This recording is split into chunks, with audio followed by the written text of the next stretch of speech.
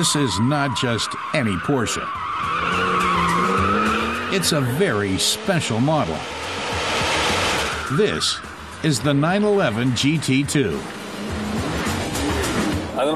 Race driver Patrick Simon explains what a Porsche GT2 is. Porsche simply took a turbo model and threw out all the stuff nobody really needs, put a GT2 badge on it, and got going.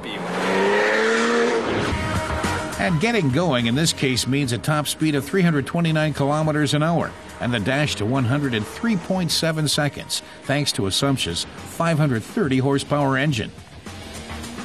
There's a huge difference to the 996 as our driver. The 996 GT2 was essentially more of a sledgehammer model. Turn it on, put your foot down, and you had power right away. A lot has changed, he adds, but it's a question of actually realizing it, and that's mighty cool. He approaches the corner with all guns blazing. 212 kilometers an hour sounds like a new record top speed. Patrick's in love with the brakes and the wicked cornering, but says there's a bit too much understeer when accelerating out of corners.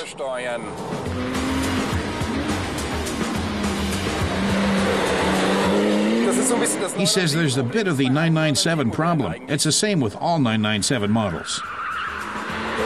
The understeer is down to safety issues, but can be manually modified. Speaking of safety, the GT2 series has something of a first. One thing to really note, says Patrick, are the driver assists, like traction control. Hardcore Porsche fans, of course, will ask how you can fit something like that into the GT2, which is a car for real men. Nonsense. You can switch it off if you want, he says, adding that he always welcomes a system like this one. What he likes about driver assist is that the driver can work with them.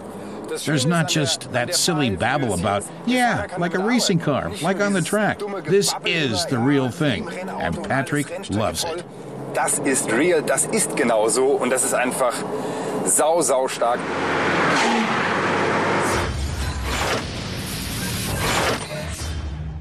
On the visual front, there's little to discuss. The GT2 is simply a stunner, even in the trademark color of Porsche's famous rival from Italy.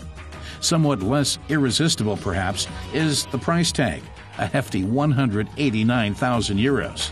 That's almost 45,000 euros more than for a regular Porsche Turbo.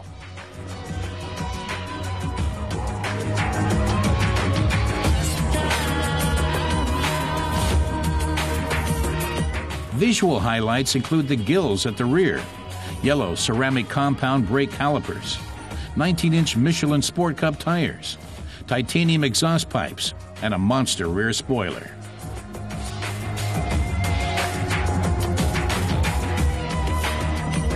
Moving on to the GT2's cockpit, sports seats with sound support. The red seat belts cost extra.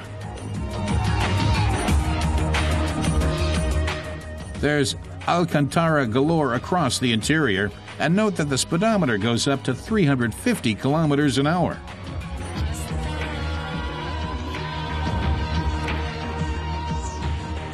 Everything is reduced to one thing, the essentials.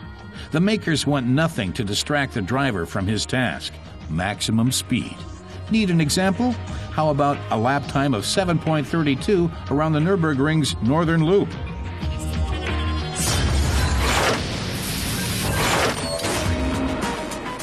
The GT2 needs a firm and experienced hand to handle it. If you want to get everything out of this baby, you have to give everything. Says this is a real race car. He thinks the GT3 RS is cool and beautiful, and having something as drivable as this is a delight. Delightful, perhaps, but what counts is the lap time.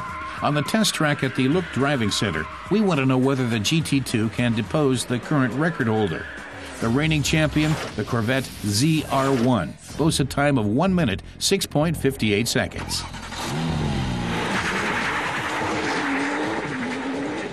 Thanks to launch control, the Porsche gets off to a phenomenal start.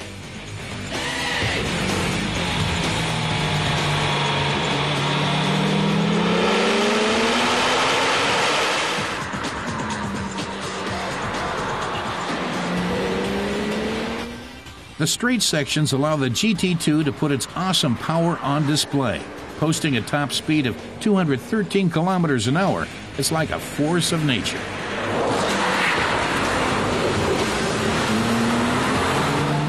It masters the curve section with the help of composite brakes, massive traction, and bags of power, whatever the rev level. There's always more in reserve.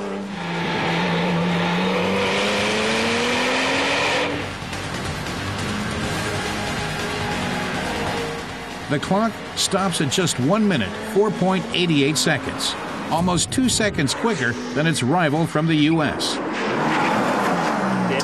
Patrick Simon announces the new king of the ring, the Porsche 911 GT2, at just over 1 minute, 4 seconds and 213 on the speedometer. Any more questions? Not from him, at least.